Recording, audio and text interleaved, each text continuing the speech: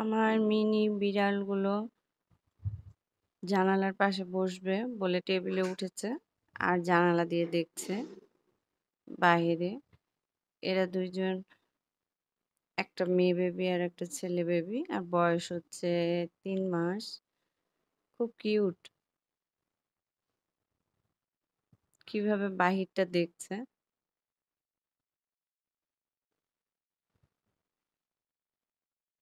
আসসালামু আলাইকুম, welcome back to my channel Rangana world. আজকে আমি ব্রেড রেসিপি নিয়ে এসেছি।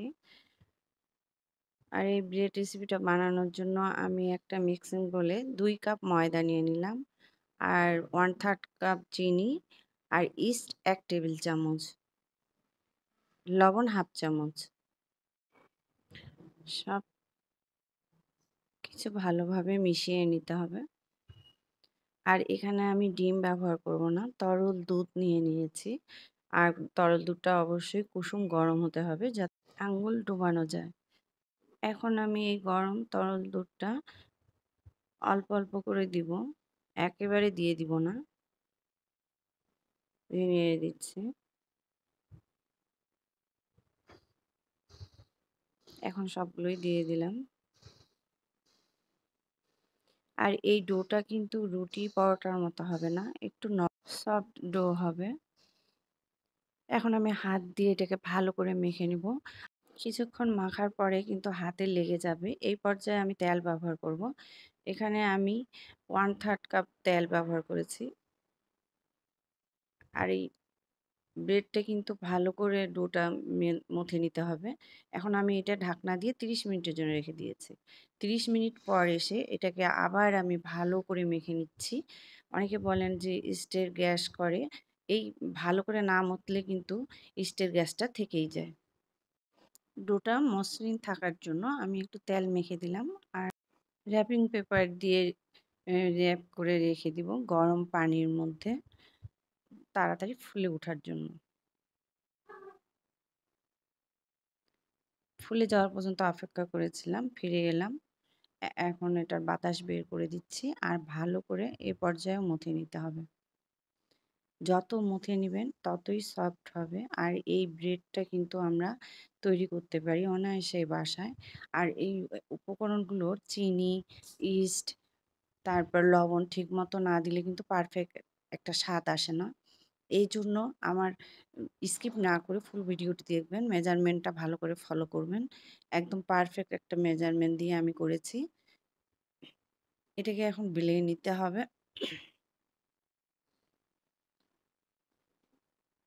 আর এটা বেলাটা কিন্তু একটু কষ্টই হয়ে যায়, কারণ এটা বেলতে গেলে ছোট হয়ে আসে।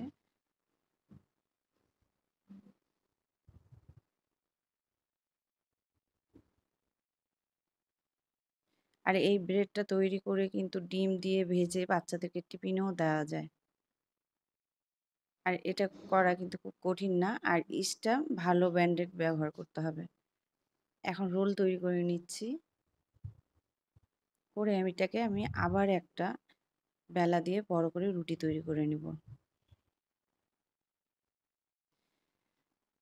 হ্যালো ভিউয়ার্স, যারা আমার ভিডিওটি দেখছেন এখনও লাইক দেননি, প্লিজ একটা লাইক দিয়ে দেন। আর যারা আমার চ্যানেলটিকে সাবস্ক্রাইব করেছেন অনেক অনেক ধন্যবাদ। আর যারা এখনও করেননি প্লিজ আমার চ্যানেলটিকে সাবস্ক্রাইব করে নেবেন। পরিমাণ মতো একটা সুন্দর রুটি তৈরি করে নিয়েছি, লম্বা করে, দেখতেই পাচ্ছেন। এটাকে আমি এখন রোল করে নিব। সুন্দর করে পেঁচিয়ে পেঁচিয়ে রোলটা করে নিতে হবে। মুখটাকে সিল করার জন্য আমি এখানে একটু পানি লাগিয়ে নিচ্ছি। এটা বন্ধ করে দেবো যেন না খুলে যায়। আমি এটা কেক, একটা মোল্ড নিয়েছি কেকের, ওর মধ্যে দিয়ে দিলাম। আবারও গরম পানির মধ্যে এটাকে বসিয়ে দিতে হবে ফুলে যাওয়া পর্যন্ত। ফুলে গেছে। এখন আমি ডিম ব্রাশ করব। আর ডিম ব্রাশটা করলে কালারটা খুব সুন্দর আসে, এই জন্যই করবো। আর ওভেনকে আমি ফ্রি হিটে দিয়ে এসেছি 5 মিনিটের জন্য।